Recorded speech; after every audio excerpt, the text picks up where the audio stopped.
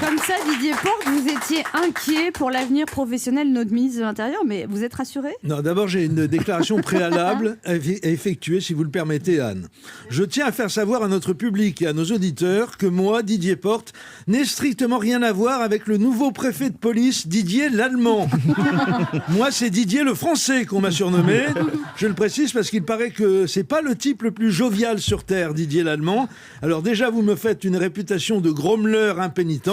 C'est pas la peine d'en rajouter. Sinon, pas de fièvre jaune du samedi soir. Le week-end dernier, le ministre de l'Intérieur, Christophe Castaner, a sauvé son portefeuille d'extrême justesse. On écoute sa déclaration triomphaliste samedi soir. Petite, ça te dirait de danser avec le bonhomme qui a maté les gilets jaunes, le tombeur des Black Blocs. Non.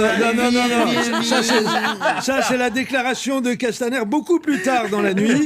Je parle de celle qu'il a faite en tout début de soirée en direct de la préfecture. Les ordres au service de l'ordre étaient clairs.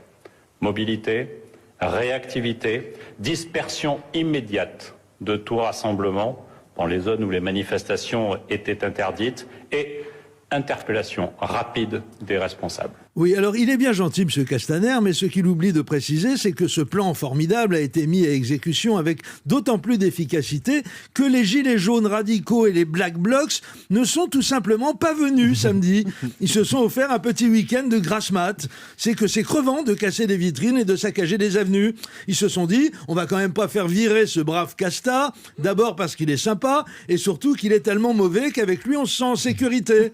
On écoute la suite de son communiqué de victoire. Ouais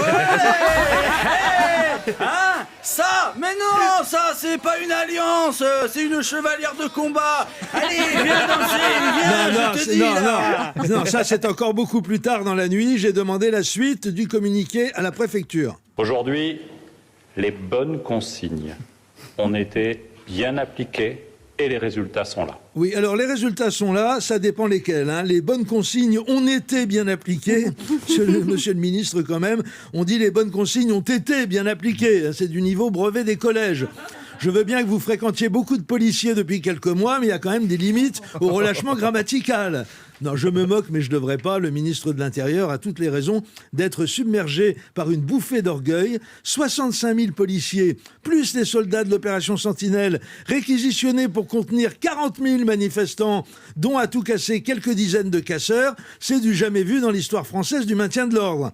Rendez-vous compte que le porte-avions Charles de Gaulle et ses Rafales n'ont même pas été sollicités. Pas plus qu'il n'a fallu faire intervenir notre flotte de sous-marins nucléaires lanceurs d'engins. Il n'y a pas eu besoin de parachuter nos forces spéciales actuellement en opération au Mali, sur l'esplanade des Invalides, afin de sécuriser le retour des cars de CRS vers leur caserne. Moi je dis qu'une telle efficacité, ça se fête. Allez, musique! Yeah.